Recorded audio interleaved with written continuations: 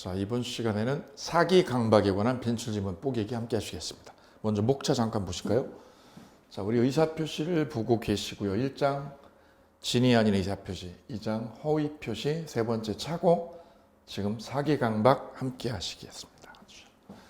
하자 있는 의사표시를 소위 사기 강박에 의한 의사표시 이렇게 얘기를 하고 취소할 수 있고요. 그 취소는 선의 3자에게 대항할 수 없다 이렇게 규정을 하고 있고, 그 다음 110조 2항에서 제3자의 사기 강박의 경우에는 상대방이 알았거나 알 수 있었을 때만 취소를 해줍니다. 이를 제3자의 사기라고 우리는 정의를 했어요. 자, 이어서 빈출 지문 뽀개기 두 번째 지문부터 함께 하도록 하겠습니다. 두 번째 지문 이어갑니다. 제3자의 기망행위로 신원보증서면에 서명한다는 착각에 빠져 연대보증서면에 서명한 경우 사기를 이유로 의사표시를 취소할 수 있다. 예, 이번 지문 별표해 보실까요? 많이 헷갈려 하시고 혼동을 많이 하는 논점 중에 하나. 자, 배경을 좀 이해하시면 쉬울 것 같아요. A하고 B하고요. 보증계약입니다. 보증계약. 연대보증계약이죠. 연대보증계약서에다 A가 여기다가 서명을 한 거예요. 사인을 했어요. 여기다가. 그 말은 뭐죠? 보증서 줬다는 얘기다. 보증. 세상에 보증을 서줘? 큰일 날 일이죠. 그죠? 보증을 서줬어요. 근데 그 배경이 있어요. 갑이라는 사람이 같은 직장의 동료예요. 동료다 보니 갑이 A라는 분한테 이거 서류를 하나 틱 던져주면서 점심 먹고 왔는데 서류 던지면서 뭐라고 했냐면 이거 신원보증인데 뭐라고? 신원보증 서류야. 그래? 보증 서줄 수 있어? 그럼 그까짓 거는 걱정하지 마. 그래서 신원보증 서류라는 이 사람 말을 믿은 거야. 이걸 믿은 거야. 문제는 이분이 무슨 실수를 했냐면 서류를 읽어보지 않았어요. 읽지를 않았어요. 읽지를. 그럼 이분 머릿속에는 뭐라고 돼 있을까? 이 서류가? 신원보증 서류지. 왜? 이분이 던져준 게 신원보증이라고 했으니까. 이 말을 믿고 안 읽었다는 거죠. 결정적으로 읽어보지 않고 여기다가 서명을 딱 해버린 거야. 끝에다가. 맨 끝에 딱 열자마자 이건 내가 보증해주지. 무슨 보증? 신원보증. 나중에 보니까 이게 뭐였어요? 연대보증 서류였던 거죠. 얘가 농간을 한 거예요. 얘를. 그래서 여기다가 보증 서류에다가 사인을 딱 해버렸다. 그리고는 이쪽 금융권 은행에서 얘가 돈을 채무자죠. 얘가 채무자입니다. 돈 빌려간 채무자죠. 세상에 별의별 인간이 많아 이렇게. 채무자가 돈을 은행에서 빌릴 때 얘를 보증인으로 세운 거죠. 보증인을. 근데 어떻게 해요? 보증 서달라고 그러면 보증 안 서줄 거 아니야. 그러니 얘가 머리를 좀 쓴 거지. 뭐라고 이거? 신원보증인데 보증 서줄래? 오케이 해준 거죠. 알고 보니 연대보증이죠. 그리고 얘가 돈을 빌려간 돈을 안 갚죠. 안 갚으니까 은행은 누구한테요? A한테 보증인한테 갚으라고 연락이 날라온 거예요. 이때 A는 어디다 서명을 했어요? 연대보증 서류에다가 서명을 해버린 거죠. 사인을 해버렸다. 이 문제입니다. 이 문제가 사기냐? A가 갑이 얘를 사기를 친 거냐? 아니면 차고냐? 이게 관건이다. 사기의 문제냐? 제3자가 얘를 사기친 거냐? 아니면 차고의 문제냐? 이것이 관건이다 이거죠. 일부 학설은 이게 사기의 문제다. 제3자가 얘를 농간을 쳐서 제3자의 사기 아니냐라고 하는데 판례는 사기 문제가 아니라는 거예요. 그럼 판례는 뭘로 보느냐? 차고로 봅니다. 차고로. 왜? 표의자가 서명을 한 표의자의 머릿속에 들어있는 인식은 뭐죠? 신원보증이네. 내 머릿속으로 인식한 거는 신원보증이고 실제는 뭐네? 연대보증 서류네. 그럼 인식과 실제가 뭐 할 때? 다르고 있다. 인식과 실제가 다름을 표의자가 어떻게 해요? 모르고 있지. 너 알아 몰라? 모르지. 왜 몰라? 너 인간아 이걸 왜 몰라? 안 읽었잖아. 네가 안 읽어가지고 여기다가 사인을 한 거지. 그러니 이는 차고의 문제다. 차고.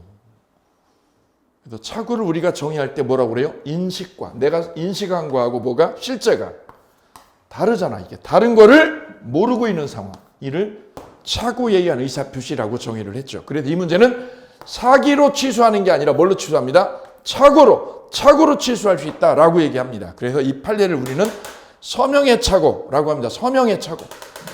왜? 안 읽었잖아. 안 읽었잖아. 오케이. 제3자의 사기 아니다. 제3자의 사기 문제가 아니라 착오로 취소를 할 수 있다라는 게 결론. 이를 무슨 착오? 서명의 착오라고 한다. 서명의 착오. 일부 학자는 표시상의 착오라고도 해요. 서명의 착오 정리해 두실게요. 자, 그래서 설문은 사기로 취소할 수 있다. 이 부분이 틀렸죠. 사기가 아니라 뭘로 취소할 수 있다? 착오로. 무슨 착오로? 서명의 착오 문제다. 오케이.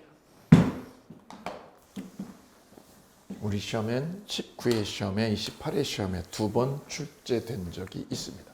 참고로 사법시험, 변호사 시험에도 아주 자주 나오는 지문 중에 하나. 이어서 세 번째 지문 함께 하시겠습니다. 세 번째 지문이요.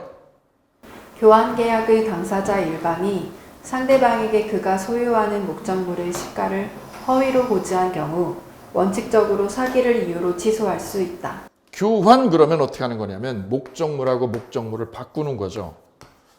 A가 가지고 있는 빌라와 B가 가지고 있는 노래방을요. 노래방을 뭐 하자 우리? 바꾸자. 이를 교환계약이라고 그러죠. 이때 A가 이 노래방 주인한테 이거 노래방 가격이 얼마냐라고 물어봤을 때 B가 노래방의 시가를 어떻게 했다? 묵비했다. 묵비. 가격을 알려주지 않았다. 묵비했다. 그럼 이게 사기가 되느냐? 판례는 사기가 아니라는 거예요. 왜냐? 이렇게 교환계약을 할 때 이 상대방이요. 이 사람 입장에서는 상대편이죠. 상대방이 내가 체득한 정보죠. 정보. 내가 가지고 있는 부동산에 관한 정보를 제공을요. 저쪽 편한테 제공할 법적 의무가 없다라는 거죠. 이 정보를 내가 얘한테 까야 되느냐, 정보 까야 되느냐, 제공해야 되느냐.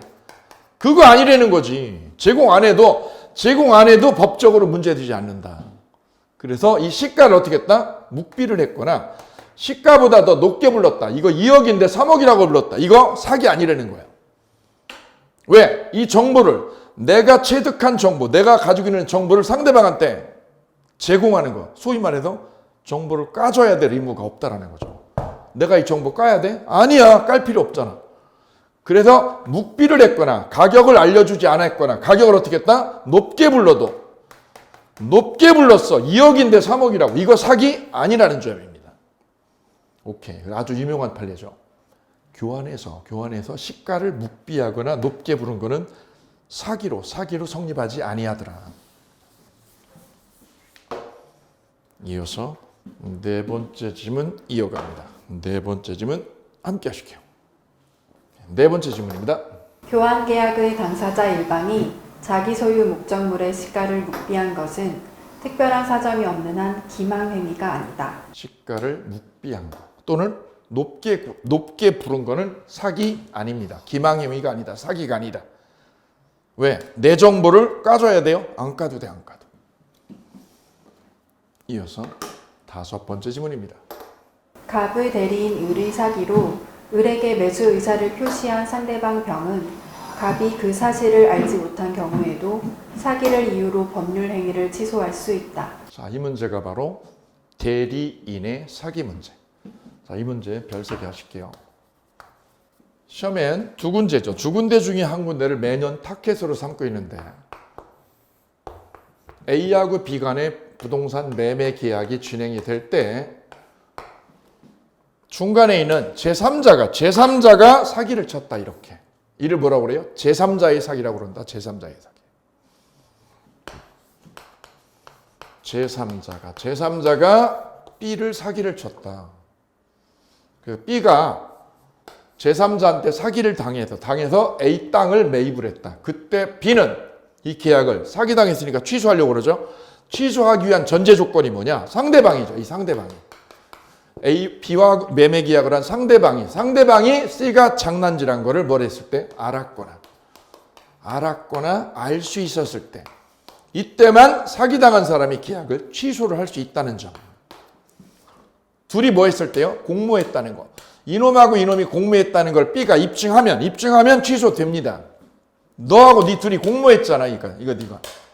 둘이 공모해가지고 장난한 거잖아. 그거를 B가 뭐 하면 입증하면 취소가 됩니다. 알았거나 알 수 있었다. 네가 알았잖아. 얘가 장난한 거를. 거꾸로요. 상대방이 몰랐다. 모르고 무과실이면 취소해줘요? 안 해줘요? 취소를 못합니다. 이를 제3자의 사기라고 합니다. 그런데 구별할 부분은 이거하고 구별할 부분은 A의 대리인 C가 누구를? B를 사기쳤다. 바로 대리인의 사기죠. A를 대리하는 사람, A로부터 위임을 받은 대리인이 누구를? B를 사기쳤다. 이렇게. 그래서 B가 사기를 당한 거죠. 누구한테요? 대리인한테. A의 대리인한테 사기를 당했을 때 B는 취소할 거예요. 그죠? 이때 A는 본인이죠. 본인은 B 입장에서 보면 어떤 상황이냐면 이놈하고 이놈은 한통속이다. 한통속. 니네 한통속이지. 이놈이나 누구 입장? 사기 당한 B의 입장에서 보면 대리인과 본인은 뭐라고요? 한통속으로 본다. 한통속. 동일시 되는 사람이다. 동일시. 그러니 B는 사기당한 B는 대리인한테 사기당한 B는 본인이 뭐라고 그래도요? 얘가 사기친 거. 대리인이 사기친 거를 얘가 알았다고 해요? 몰랐어도요? 몰랐다라고 우리는 오리발 내민다고 그래요. 오리발을 내밀어도 얘는 싸다고 한 대 때리고 취소할 수 있다. 얘가 알았어야 돼. 아니, 알았으면 당연히 취소하고 얘가 뭐 했어도 몰랐어도 대리인의 사기에 대해서 모르고 있어도 소위 오리발 사건이라고 그래요. 오리발 몰랐어도 취소합니다. 싸다구까지 한 번 더 선물로. 이를 대리인의 사기. 여기다 대입을 합니다. 이제 갑의 대리인 을의 사기로. 그럼 집어넣으시면 돼요. 갑의 대리인 을 이렇게 써주시면 되겠네요. 갑의 대리인 을의 사기로 매수 의사를 표시한 병은. 자, 이렇게 세팅을 하면 돼요. 이 세팅 작업이 제일 중요하다는 점입니다. 갑의 대리인, 그럼 갑은 누구? 본인, 을은 대리인이죠. 대리인. 갑의 대리인 을의 사기로 두 줄. 여기다 두 줄. 얘가 사기를 쳤네. 누구를? 병을. 그 병이 취소권자. 취소하죠. 그때 본인은 뭐라고 그래요? 몰랐다고. 얘는 예정대로 몰랐다고 오리발 내밀기 시작합니다. 오리발. 나 몰랐어. 우리 대리인 사기친 거 몰랐어. 그래도 얘는 그냥 옵니다. 취소합니다. 취소하고 싸다기까지요. 취소할 수 있다. 그리고 덤으로 뭐까지요? 너 싸다고 한 대 맞아. 본인이 뭐라고 그래도 몰랐어도. 갑이 그 사실을 알지 못한 경우. 여기 포인트합니다. 키워드 꽂습니다. 오리발 내밀어도 라고 읽습니다. 오리발. 취소할 수 없다? 아니야. 취소할 수 있어. 왜? 병 입장에서 보면, 사기당한 병 입장에서 보면 대리인과 본인은 한통속이니까. 한통속. 그래서 이 문제는 세팅만 잘 하시면 돼요. 갑의 대리인 을. 여기다 이렇게 포인트를 잡습니다. 맨 꼭지점에다가 대리인 을의 사기로 이렇게 화살표를 두 개를 쫙 그어주실게요. 화살표 두 개를. 갑의 대리인 을의 사기로 화살표 두 개. 사기. 누가? 대리인. 사기를 당한 병은 얘가 취소하죠. 취소할 때 누가요? 본인은 뭐라고 그래요? 예정대로 오리발을 내민다. 그러면 취소할 수 있다. 취소할 수 없는 게 아니라 취소할 수 있다. 왜? 동일시 되는 사람. 동일시 한통속이니까요. 이를 대리인의 사기라고 그런다. 대리인의 사기 문제. 뭐하고 대비가 돼요? 제3자의 사기. 제3자의 사기와 대리인의 사기가 대칭이다. 자, 제3자의 사기는 이 제3자가 B를 사기쳤을 때는 상대방이 뭐 했을 때요? 알았거나 알 수 있었을 조건. 이 조건 하에서만 B가 취소가 먹혀요. 반대로 뭐 한 경우? 모르면. 상대방이 모르면 취소를 못 하옵니다. 그런데 대리인의 사기는 얘가 몰라도 취소됩니다. 왜요? 한통속으로 취급되니까.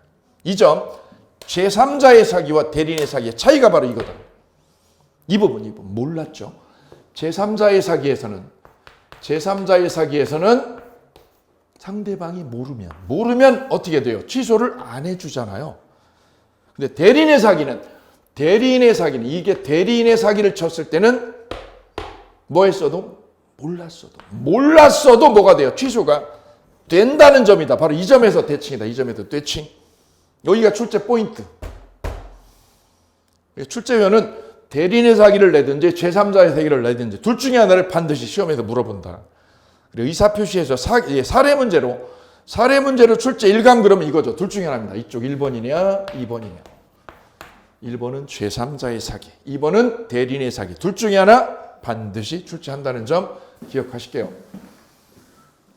5번 지문 대리인의 사기를 이렇게 정리를 끝내고요. 이어서 6번 지문 함께 하도록 하겠습니다. 6번 지문 이어갈까요?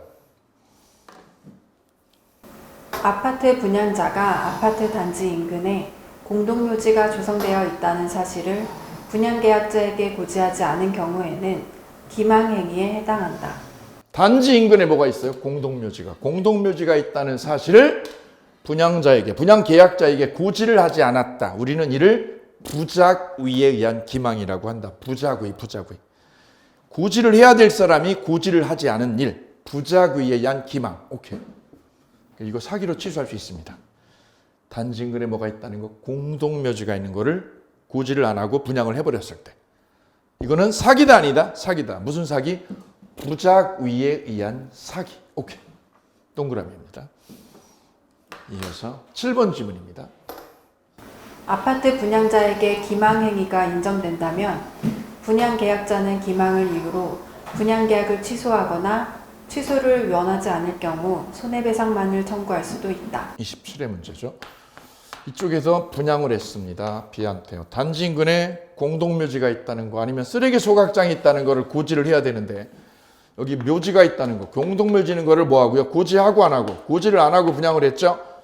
입주자들이 들어가서 살다 보니 옆에 뭐가 있어요? 공동묘지가 있어. 아니면 쓰레기 소각장이 있어요. 그러면 사기 당한 거죠. 그래서 이 사기 당한 분들은 카드가 두 가지가 있어요. 나 이 계약, 이 매매한 거, 아파트 분양받은 이 매매 계약을 뭐 할 거야? 취소하고 난 이사 갈 거야. 나 이사 갈 거야. 이사 가. 그럼 이사 갈 사람은 계약 어떻게 하면 돼요? 취소 카드 꺼내면 되겠습니다. 취소. 그럼 취소라는 건 뭐죠? 돈 돌려받고요. 이사 가는 거야. 방 빼고. 근데 어떤 분들은 나는 이사 못 가. 왜 못 가는데? 이거 아파트 값 점점 떨어져. 이것 때문에 점점 떨어질 거 아니야. 너 이사 왜 못 가? 나 시어머님 모시고 사는데 시어머님 친구들이 여기 다 있대. 죽어도 이사 못 간대. 여기서 죽는데. 이사 못 가는 사람. 그럼 이사 못 가는 사람은 어떤 카드요? 취소하면 안 되죠. 취소 대신에 무슨 카드? 손해배상. 무슨 손해? 아파트 값이 떨어지는 손해. 손해배상을 요구한다. 손배청구. 이사 갈 사람은 취소 카드로. 이사 안 가고 눌러 앉은 사람은 아파트값 폭락으로 인한 손해배상이죠. 손해배상. 둘 중에 하나를 선택할 수 있다. 취소하거나 아니면 뭐를요? 손해배상. 둘 중에 하나를 엮으면 돼요. 둘 중에 하나만. 오케이. 취소카드, 손배청구카드. 오케이. 이어서 8번 질문입니다. 8번 질문 이어갈게요. 분양회사가 상가를 분양하면서 그곳에 첨단 오락타운을 조성하여 수익을 보장한다는 다소 과장된 선정 광고를 하는 것은 기망행위에 해당한다. 예, 이 판례가 동대문 M 쇼핑몰 분양 사건이에요. 실제 사건이죠. 쇼핑몰 분양 사건. 조선일보에 쇼핑몰 분양한다고 대대적인 광고를 했어요. 제 집사람이죠. 제 집사람 큰아버님도 정년퇴직 가지고 이걸 분양을 받았더라고. 이제 학교 교장 선생님이셨는데 퇴직하시면서 노후 자금으로 이거 분양 받아가지고 월세나 받아가지고 생활하겠다 이런 생각으로 분양을 받았죠. 근데 그 신문 광고에 뭐라고 나오느냐면 조선일보에 확정 수익률 몇 프로 연 6% 이렇게 보장한다라고 떴던 거예요. 예컨대 연 6% 예컨대 연 6% 보장된다라는 이 광고 문구를 보고 확정 수익률입니다. 확정. 예상 수익률 아니에요. 예상 수익률이 아니라 뭐죠? 확정된 수익률 얼마? 연 6% 아니면 7% 보장한다. 이렇게 해서 광고가 뜨니까 전국에 있는 분들이 돈이 좀 있는 분들이 이걸 샀어요. 사가지고 등기 쳤어. 그리고 1년, 2년 운영을 해보니 이 수익률이 안 나왔어요. 그래서 분양 받으신 분들이 단체로 소송을 넣었죠. 이 분양은 사기 아니냐, 사기 분양이다. 이거 사기 분양이야, 사기야, 사기. 왜? 6% 나온다며 연수익률. 이게 안 나오잖아. 안 나오니까 이게 속인 거 아니냐 이거죠. 속인 거 아니냐. 우리 민법에서는 사기가 되려면 두 가지 요건이 충족이 돼야 됩니다. 첫 번째는 기망, 거짓말을 해야죠. 거짓말. 허위 정보를 제공해야 되고, 두 번째는 그 기망이 위법해야죠. 위법. 따라서 거짓말만 하면 사기냐? 그거 아니에요. 왜? 우리가 살다 보면 약간의 거짓말은 하거든요. 그거를 사기라고 하지 않아요. 민법에서는. 왜? 약간의 과장은 들어가기 때문에 그거를 위법하다라고 평가하지 않아요. 그래서 제가 우리 집사람이 저를 보고 뭐라고 그래요? 장동건이라고 부르는 거는 저는 사기라고 얘기하지 않아요. 왜냐하면 약간의 과장이거든요. 그죠? 이해하세요? 그죠? 아무도 이해 안 하실 거예요. 그죠? 그리고 우리 와이프는 저를 보고요. 장동건 닮았다고 그래요. 그죠? 남들은 아무도 안 믿지만. 이거는 사기가 아니라는 거예요. 왜요? 약간의 과장은 사기가 아니에요. 그죠? 예, 근데 강호동을 보고 뭐라고요? 장동건 닮았다. 이거 사기예요. 터무니없죠? 바로 우리 민법에서 말하는 사기라는 개념이 성립할 때는 약간의 과장이 아니라 현저하게요. 현저하게 과장을 했을 때 사기가 성립합니다. 그러니 수익률을 약간 과장한 거죠. 약간 어떻게 했다? 과장해서 광고했다. 면 이거는 사기 아니에요. 사기가 성립하지 않아요. 그 약간이라는 표현을 뭐라고 그래요? 우리 대법원은 다소라는 표현을 씁니다. 다소에 뭐가 있었다? 과장 광고가 있었다. 이는 사기 아니라는 거예요. 오케이. 그래서 우리 와이프는 저를 상대로 계속 장난을 하잖아요. 저 장동건 닮은 남자라고. 하나도 인정을 안 하면서 오케이. 이 부분입니다. 이 부분. 그래서 제가 오프라인 강의할 때 제가 물어보거든요. 제가 장동건 닮았어요? 안 닮았어요? 그러면 박수 치는 분들이 있어요. 그분들 합격해요? 안 해요? 100% 합격합니다. 자, 8번. 과장을 할 때 약간의 과장 광고는 사기 아니에요. 이것 때문에 바로 이런 판례 때문에 부동산 거래할 때 중개업자들이 약간의 과장을 밥 먹듯 하는 거예요. 왜요? 사기가 아니기 때문입니다. 그래서 많은 욕을 먹죠. 이것 때문에. 많은 소비자들로부터 욕을 먹는 부분은 이 부분입니다. 이 부분을 이용하기 때문이죠. 네. 이어서 9번 지문 이어갑니다. 9번 지문 보실까요? 제3자의 사기에 의해 의사표시를 한 표의자는 상대방이 그 사실을 알았거나 알 수 있었을 경우에 그 의사표시를 취소할 수 있다. 포인트, 제3자의 사기의 별표. 두 번째는 그 사실을 뭐한 경우 알았거나 알 수 있었을 때. 여기에 키워드 꽂습니다. 키워드. 상대방이 알았잖아요. 알았거나 알 수 있었을 때만 취소해줘요. 구별할 거. 9번하고 구별할 지문 바로 누구 사기? 대리인의 사기. 대리인의 사기는 제3자의 사기와 다르다. 본인이 알았거나 알 수 있었을 때만이다. 아니죠. 알았거나 알 수 있었을 때만 취소한다. 아니죠.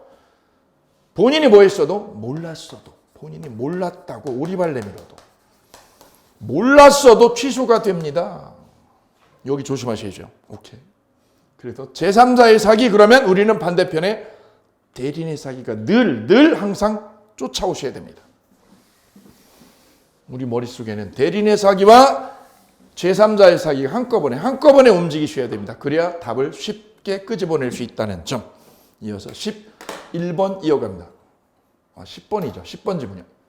표의자가 제3자의 사기로 의사표시를 한 경우 상대방이 그 사실을 과실 없이 알지 못한 때에도 그 의사표시를 취소할 수 있다. 제3자의 사기로 의사표시가 되면 상대방이 그 사실을 과실 없이 알지 못했죠. 과실 없이 무과실이고 알지 못했으니까 선이죠.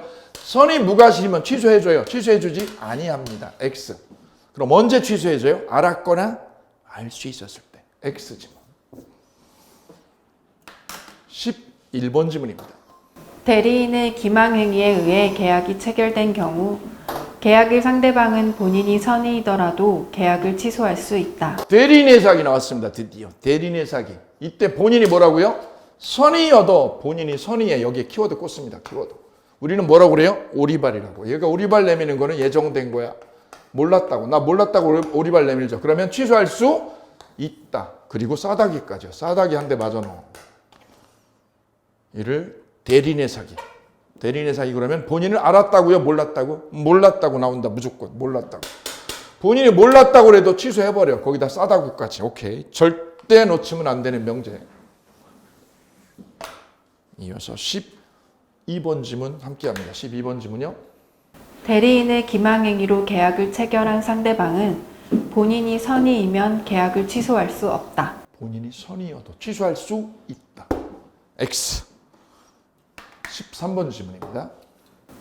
A의 대리인 B가 C를 기망하여 계약을 체결한 경우 C는 A가 대리인 B의 사기 사실을 알았거나 알 수 있었을 경우에 한하여 그 의사표시를 취소할 수 있다. 예, 사법시험 지문입니다. 그대로 우리 중개사에도 출제가 됐죠. A의 대리인 B가 대리인 그러면 누구 사기? 대리인의 사기. 화살표 두 개 쫙. 대리인 놈이 C를 사기쳤군. 그래서 C는 사기를 당했지. 누구한테 당했죠? 대리인한테. 대리인한테 사기를 당했죠. 화살표 두 개를 쫙 커요. 이게 대리인의 사기. 그럼 얘는 취소하려고 그러죠. 취소하려고 누구를 찾아가요? A를 쫓아가죠. A가 누구? 본인이죠. 본인. 그랬더니 본인이 다짜고짜 뭐라고 그래요? 나는 몰랐어. 나 그거 금시초문이야. 대리인 사기친 거 나 몰랐다고. 금시초문이야. 오리발 내밀죠. 오리발. 몰랐다고. 그래도 뭐 할 수 있어요? 취소할 수 있어. 왜요? 한통속이니까. 근데 이걸 뭐라고 바꾸면 A가 B의 사기 사실을 뭐 한 경우? 알았거나 알 수 있었을 경우에 하나여 취소할 수 있다. 아니죠. 이거는 제3자의 사기일 때 해당되는 논점이에요. 제3자의 사기라면 알았거나 알 수 있었을 때 이게 맞죠. 그런데 대리인의 사기는 A가 본인이죠. A가 사기 사실을 알았거나 알 수 있었을 때 하나여 취소한다? 뻥이죠. 몰라도 취소가 됩니다. X지문. 그래서 이 부분 다시 한번 강조드립니다. 대리인의 사기를 뭐하고요? 제3자의 사기하고 엮어서 출제한다는 거. 예, 지문 아주 깔끔하게 잘 구성되어져 있습니다. 그래서 이 논점은 똑같이 우리 시험에 30회 시험에 출제가 됐었습니다.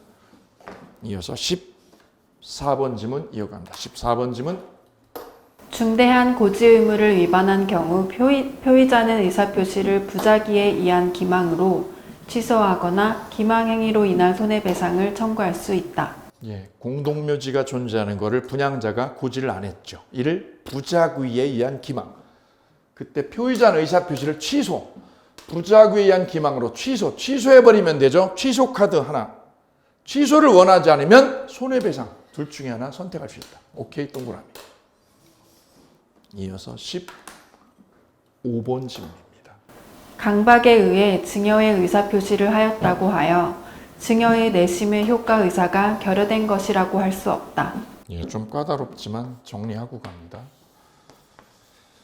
국가기관에 정보기관에서 A를 협박을 했어요. 이렇게 협박을.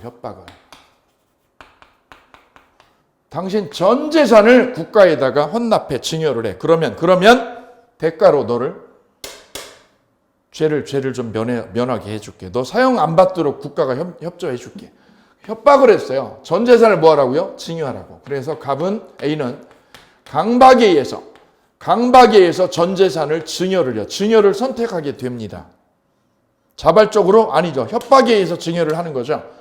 이때 A는 이 증여가 이 당시에 최선이었다. 최선. 증여해야 내가 살고 우리 가족이 살아. 증여가 뭐였다고? 최선의 선택이었다. 최선의 선택. 그러면 이거는 증여 의사를요. 증여 의사를 가지고 한 건가요? 안 가지고 한 건가요? 가지고 한 거다. 증여 의사를 가지고 각서에다가 서명을 딱 한 거죠. 따라서 이거는 내심의 효과이사, 증여하겠다는 내심의 효과이사가 결여된 건가요? 아닌가요? 결여된 거라고 할 수 없죠. 의사를 뭐하고? 가지고. 증여 의사를 가지고 한 거잖아. 가지고. 그러니 결여된 거 아니다. 그 말은 뭔가요? 증여 의사를 가지고 했다. 가지고 증여했죠. 그러니 이거는 비진의 표시가 아니라는 거다. 비진의 표시 아니잖아요. 왜요? 의사를 가지고 했어. 의사가 결여돼야 증여 의사가 결여됐을 때를 바로 비진의 표시라고 하죠. 근데 사안은 증여 의사를 어떻게 하고요? 가지고 서명을 했으니 비진의 표시 아니다. 그래서 연결하면 강박에 의해 증여 표시를 했다 하더라도 증여의 내심의 효과이사, 내심의 효과이사를 다른 말로 환원하면 진이죠, 진이. 진이가 결여된 거라고 할 수 없잖아요. 그러니 무슨 표시? 비진의 표시 아닙니다. 오케이.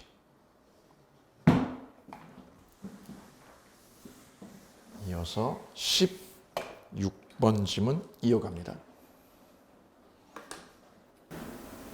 법률 행위의 성립 과정에 강박이라는 불법적 방법이 사용된 것에 불과한 때에는 반사의 질서의 법률 행위라고 할 수 없다. 자, 좀 까다롭지만 이 과정을 정리를 해보면 이 부분이 수험생들이 많이 어려워하니 수험생들이 이 부분을 암기로 해결하려고 하는 경향을 많이 가지고 있어요. 이 부분 풀어드립니다.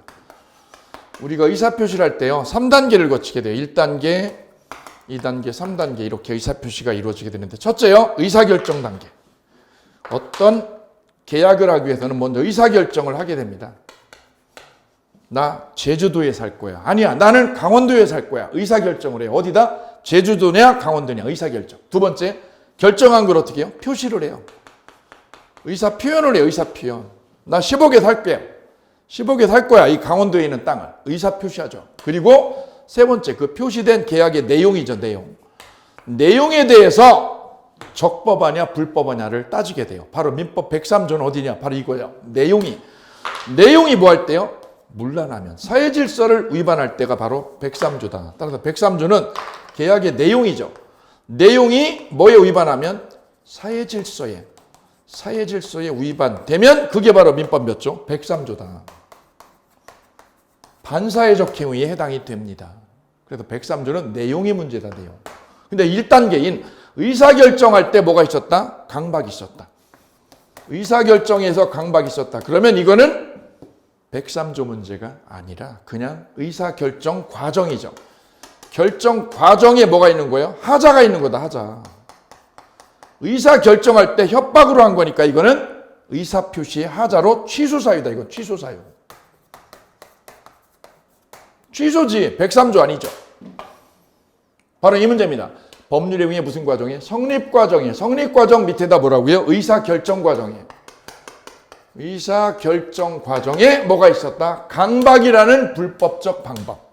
바로 의사결정을 강박으로 했다. 그러면 이는 반사회적 법률의 의미다. 아니다? 아니다. 그럼 무슨 사유다? 그냥 취소이지. 취소. 그럼 103조는 언제 문제되는데? 내용이죠. 내용이 문란할 때, 첩계약이나 도박처럼 내용이 문란할 때가 바로 103조. 그럼 허위 표시한 거, 의사 표시를 어떻게 한 거? 허위로 한 거. 허위로 계약을 하거나 허위로 근저당을 설정한 거, 근저당 설정한 거는 바로 이거는 허위 표시지 103조 위반이 아니다. 그래서 3단계로 나눠가지고 여기를 뚫고 나가면 굉장히 간결하게 해결이 돼요. 이게 안 되면 그냥 이제 통으로 이걸 외우고 이거 외우고 이걸 따로따로 외우는 거죠. 너무 힘든 작업이니까 이렇게 단계별로 끄집어 가시기 바랍니다. 1단계 의사결정 과정. 이 과정에서 강압이 있었다. 무슨 사유? 취소사유. 오케이. 103조 위반이다? 아니지. 103조 아니지. 103조 아니지. 두 번째는 의사표시를 어떻게 했다? 허위로 했다. 허위로 근저당 설정한 거. 우리 시험에 20번. 이거 103조 위반? 아니다. 왜요? 허위 계약이니까. 3단계 내용이, 계약의 내용이 사회질서에 위반될 때가 바로 비로소 103조가 문제가 됩니다. 이 3단계로 논리 구성을 하실 거예요. 이렇게 3단계로. 1단계 의사결정 과정, 2단계 의사표시, 3단계 계약 내용. 오케이. 이렇게 하시면 이 민법이 보니까 암기가 아니야. 누구는 막 암기하라고 그러는데 암기 아니야. 암기. 이해가 정확하게 되면 쉽습니다. 간결해집니다. 여기까지 사기 강박에 관한 의사표시 빈출지문 뽀개기 함께 하셨습니다. 이어서 의사표시의 마지막 주제죠. 의사표시의 효력 발생, 소위 도달주의에 관한 빈출지문 뽀개기 함께 하시겠습니다. 자, 목차 먼저 얼개 잡고 갑니다. 첫 번째 비진의 표시, 두 번째 허위 표시, 세 번째 착오, 네 번째 사기 강박, 마지막이죠. 도달주의, 소위 의사표시의 효력 발생에 관한 지문입니다. 이쪽만 따로 한 문제를 출제를 합니다. 근데 이 부분은 참고로 2년에 한 번씩이에요. 2년에 한 번. 매년 나온 적은 없어요. 2년에 한 번 건너뛰기. 따라서 작년에 나왔다 그럼 올해 안 나와요. 그럼 거꾸로 반대로 해석해 볼까요? 작년에 안 나왔어요? 그럼 올해 나와요. 근데 내용은 아주 간결하고 쉽습니다. 자, 기본 맥락 잡고 갑니다. 표의자가 상대방한테 의사표시를 전달합니다. 가령 매매 계약을 했다가 갑과 을이 계약을 했다가 을이 잔금을 지불하지 않아서 갑이요 계약을 해지한다고 내용 증명을 보냅니다. 그러면 우체국에 가서 띄우죠. 띄우는 거를 발송했다라고 그래요. 발송했다. 그래서 상대방의 지배권 내에 도달하면 해제 통보는 효력이 생기게 됩니다. 이를 도달주의라고 그래요. 근데 조심할 거는 요지라는 건 뭐냐면 내용을 우편물을 뜯어가지고 읽어가지고 내용을 인지한 거를 요지라고 그래요. 근데 우리 민법은 요지주의가 아니에요. 즉 우편물을 읽어봐야 되느냐, 읽어서 편지 읽어가지고 내용을 인지한 거 이거를 도달이라고 하지 않아요. 그럼 뭐가 도달이냐? 요지가 아니라 객관적으로 내용을 알 수 있는 상태 개념이에요. 상태 개념. 이게 무슨 뜻이에요? 즉 을이 갑이 보낸 우편물을 뜯어가지고 읽으면 내용을 인지하면 요지라고 그러죠. 요지가 아니에요. 우리 민법은. 요지주의가 아니라 객관적으로 통지 내용을 알 수 있는 상태에 놓이면 도달됐다라고 얘기를 해요. 그래서 갑이 보낸 우편물을 을이 받은 게 아니라 을의 가족이 받았다. 배우자나 어머님이 우편물을 받았다. 받으면 어떻게 할까요? 을에게? 같은 집에 거주하니까 전달해 주겠죠. 따라서 가족에게 교부가 되면 가족에게 우편물이요. 내용 증명이 교부가 되죠. 그러면 객관적으로 볼 때 뭐예요? 알 수 있는 상태가 됐죠. 이게 도달된 거예요. 이때 을은 외국 출장 중이에요. 외국에 출장 중이라서 이 편지를 읽은 적이 없어요. 아직. 읽은 적이 없어도 누구한테요? 가족에게 교부가 되면 도달로 인정이 돼요. 왜요? 객관적으로 알 수 있는 상태가 됐으니까. 이때 우편물을 읽어야 된다? 아니고 내용을 인지해야 된다? 이게 아니다. 도달은. 이 상태가 되면 도달로 처리가 된다는 거예요. 이를 도달주의. 근데 우리 민법은 예외적으로 발송주의를 취하는 경우가 두 가지가 있습니다. 민법 531조와 131조 두 가지예요. 531조 격지자 간의 계약 승낙이죠. 격지자 간의 계약의 승낙은 발송주의를 취하고 있고요. 그 다음에 131조 무권 대리에서 상대방이 최고장을 본인한테 보냈을 때 본인의 확답이죠. 본인의 확답은 발송주의를 취한다. 이 두 가지가 도달주의의 예외다. 예외. 이거를 기억해 두셔야 되겠습니다. 기본적인 구조는 도달주의. 도달이 무슨 뜻이냐? 이 부분 기억해 두셔야 되고요. 두 번째는 갑이 우편물을 보내고 나서 오다가 죽었어요. 그래도 우편물은 가요 안 가요? 가고 있죠. 우체부를 통해서 전달이 되고 있죠. 그래도 의사표시 효력에는 영향을 주지 않아요. 갑이 우편물을 뭐하고? 보내고 나서 발송한 후에 뭐해도 사망을 해도 이 의사표시 효력에는 영향을 미치지 아니한다. 그죠? 이거 기억해 두셔야죠. 그 말은 의사표시는 유효라는 거죠. 의사표시는 유효, 무효? 유효로 됩니다. 유효로. 왜요? 보내고 나서 죽은 거니까. 상관없다. 아무 상관없다. 그 다음 을이 상대방이요. 미성년자는 의사표시 수령 능력이 없다. 수령 무능력자다. 다만 미성년자의 법정 대리인이 도달을 알면 갑은 도달 주장할 수 있어요. 오케이. 자, 이 효력 발생에 관한 빈출 지문 하나씩 만나보도록 하겠습니다. 첫 번째 지문 보실까요? 과실 없이 상대방의 소재를 알지 못하는 표의자는 공시송달에 의하여 의사표시의 효력을 발생시킬 수 있다. 상대방의 소재를요. 소재 파악이 안 돼요. 그때 하는 방법이 뭐죠? 공시송달이다. 공시송달. 우편물을 보내야 되는데 상대방 소재 모르죠. 그때는 법원의 결정에 의해서 공시송달로 도달로 처리할 수 있습니다. 법원 게시판에 게시하고 2주가 지나면 그냥 상대방이 보든 안 보든 도달로 인정해버리는 제도. 이를 공시송달 제도라고 합니다. 두 번째 질문 보실까요?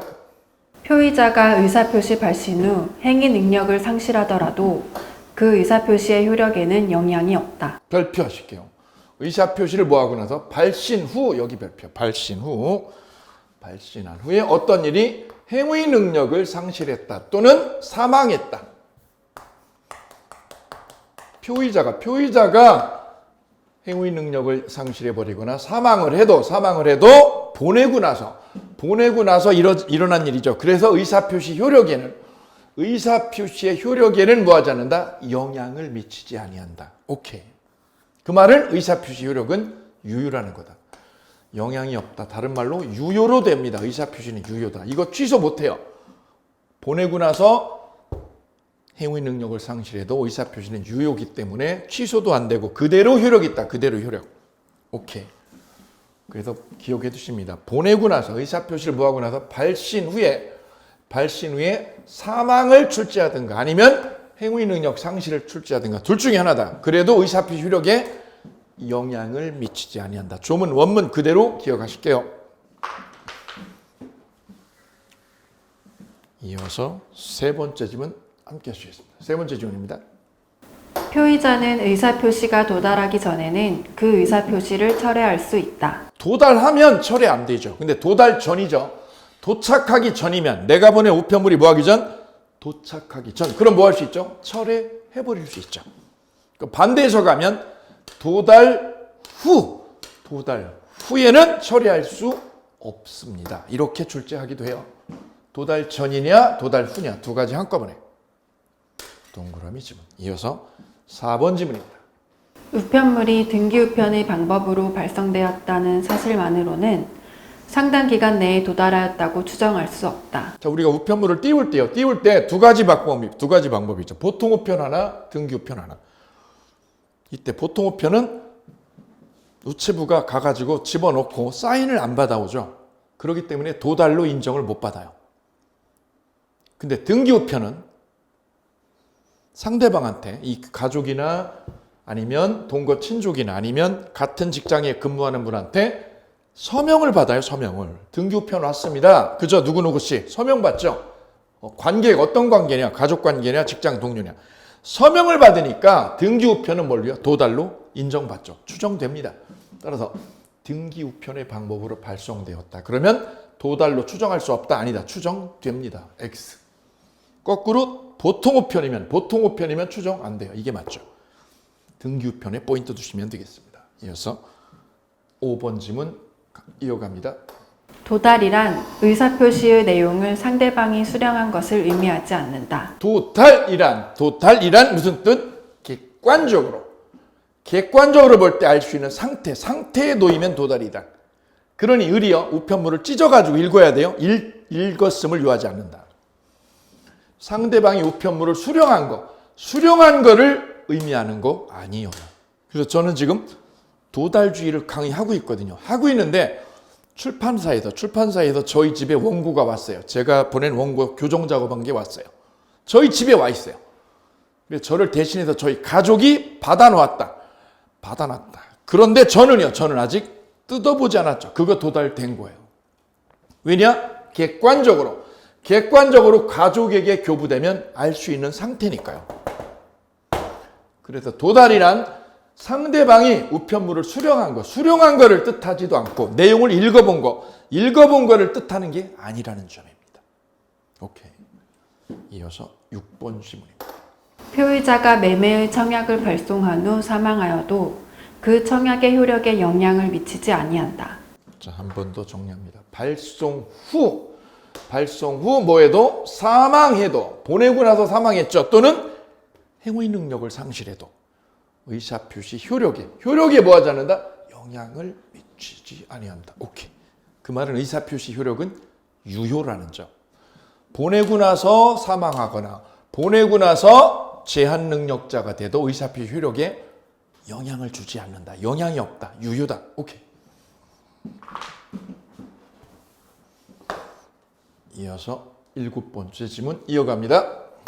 상대방이 정당한 사유 없이 통지의 수령을 거절한 경우에도 그가 통지의 내용을 알 수 있는 객관적 상태에 놓인 때에 의사표시의 효력이 생긴다. 갑이 해지하겠다고요. 계약 해지한다는 내용 증명을 보냈어. 누구한테요? 을한테, 상대방한테. 그리고 우체부가 가지고 와서 상대방 집에 가다가 전달을 하죠. 그때 을이요. 우편물 온 거를 보더니 뭐라고 그러는 거죠? 나 사인 못 해줘. 내가 이 사람 맞는데, 내가 수령자 맞는데, 나 뭐를 못 해줘? 사인 못 해줘. 그러면서 수령을 거절해 버렸어요.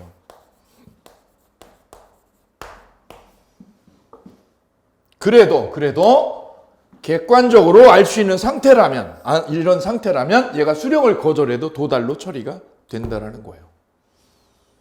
이게 수령 거절 케이스라고 해요. 수령 거절 케이스. 여기도 키워드. 수령을 거절해도 여기 키워드 꽂아요. 우편물 온 거를 안 받겠다고 계속 밀쳐내는 거죠. 밀쳐내도 뭐가 돼요? 객관적으로 보면 뭐예요? 객관적으로 보면 알 수 있는 상태죠. 도달된 거예요. 다른 비유를 하면 제가 도달주의를 지금 강의를 하고 있잖아요. 하고 있는데 어느 분이 뭐라고요? 귀를 막고 있어. 귀를. 수령을 거절하는 거죠. 제가 말하는 도달주의를 수령을 거절하고 있죠. 거절하고 있어요. 귀 막으면서. 그래도 객관적으로 보면 어떤 상황? 알 수 있는 상황이죠. 그럼 도달로 인정돼요. 그래서 엄마가 애한테 잔소리를 좀 합니다. 그죠? 게임 좀 그만해.